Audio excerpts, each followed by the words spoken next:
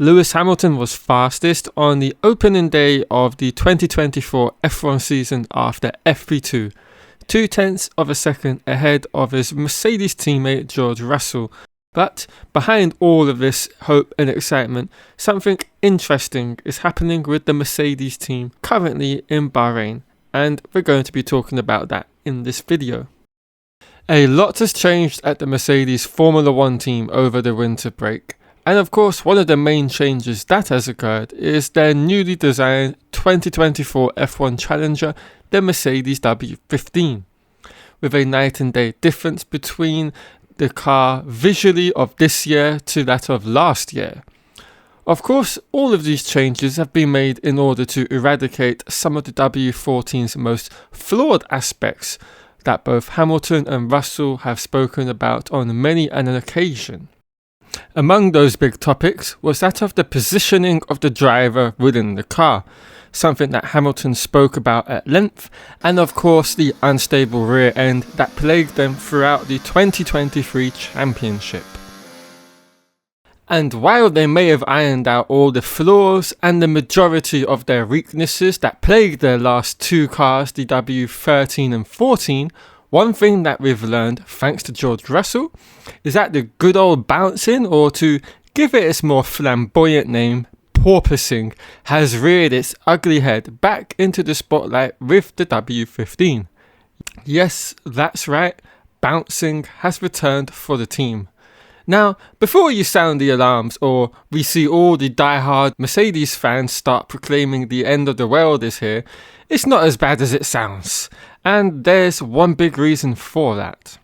The bouncing that the team is experiencing is only centered around braking stability and not the constant bouncing problems seen on the W13 during pre-season testing famously in 2022.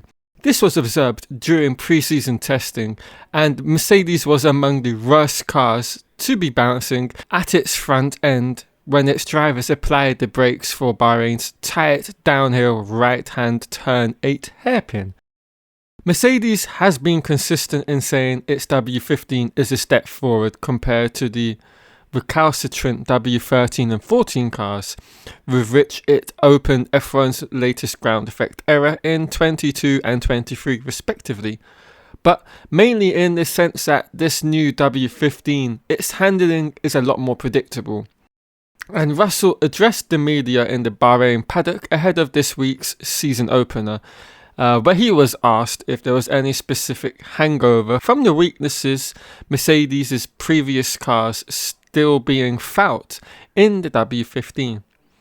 With Russell having to say this, I would say this year's car is a totally different race car, to the point that the things we learned from last year in the way we were setting the car up, we will need to approach it differently this year.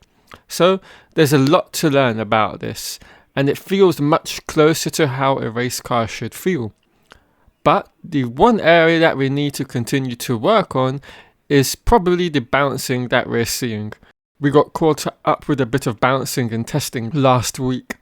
We were pushing the car really aggressively, but as I said, we're dealing with a totally different beast this year, whereas 22, 23, they were both cut from the same cloth.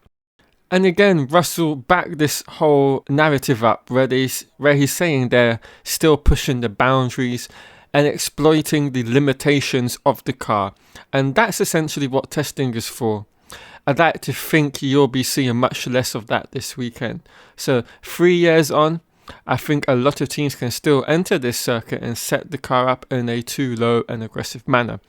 But it's always a fine line because that's where the downforce is. And that's what I was saying, it's like a totally different kettle of fish the team are having to deal with. And it's something that isn't going to need a change of concept like in the past with their extreme side pods design, for example. You're only going to need these small setup adjustments in terms of the ride height on the W15 or something along those lines. And this will more than likely alleviate this particular issue. And I think it's just a case of it being with Mercedes and pretty much for any of the other teams during a testing period or a test session. They're just running the car in as extreme a setting as they can, just to see how it reacts to such a variable, which they wouldn't be able to do on a Grand Prix weekend. And that's what testing is all about. They need to figure out where this particular car, the W15 in this case, is best suited for in terms of along their setup spectrum. And of course, they may decide they need to keep a little of that bouncing in the car, as it allows them to run it in the optimum, operating window. But only time will tell once we get going for real this Friday and notably Saturday. And while the team may now have that stable platform that they haven't had in terms of the car's drivability and predictability, there is one thing that it is lacking, and that is pure downforce, which is something the team will have to address throughout the season. I'm confident the development slope of this car should be greater than we've seen in the past too, because we've got a better platform. But it's just outright performance where the car is lacking. The car is feeling nice to drive, it's feeling good to drive, but we're lacking downforce.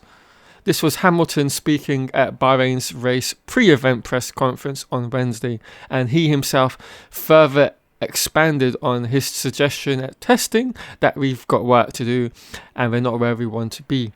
And again, he further reiterates they have this great platform to build on, and that's what they've been lacking in the last 2 seasons, which they've now finally rectified for this year. And to summarize this all, I don't think it's a major issue for Mercedes to be 1, lacking downforce, and 2, having a car that's bouncing. For me, this is all about them testing the settings to see where the setup can take them with the current package, and they will just naturally dial out the level of bouncing that they're experiencing. And then on the terms of pure downforce front and them having to find downforce, it's going to be a matter of them just using the allocated wind tunnel and CFD time that they have to them and utilizing it in the most time-worthy manner to get the most out of that time that they do have, and to come with new solutions on the floor for the majority, because that's where everything comes from with these generations of cars. And I think that's what the team will be doing, and this will put them in good stead to have a solid base to attack throughout the whole season. And I think hopefully for their sake as well, maybe by the midway point of the season they could be very, very close to being in a ballpark of extreme competitiveness. Or who knows, that's just something we're going to have to see play out across the rest of this season. But it's something I'm really looking forward to watching unfold. Right guys, thank you all for watching. If you've enjoyed the video, leave a like, comment on anything you feel with regards to the Mercedes car, and I'll catch you all later.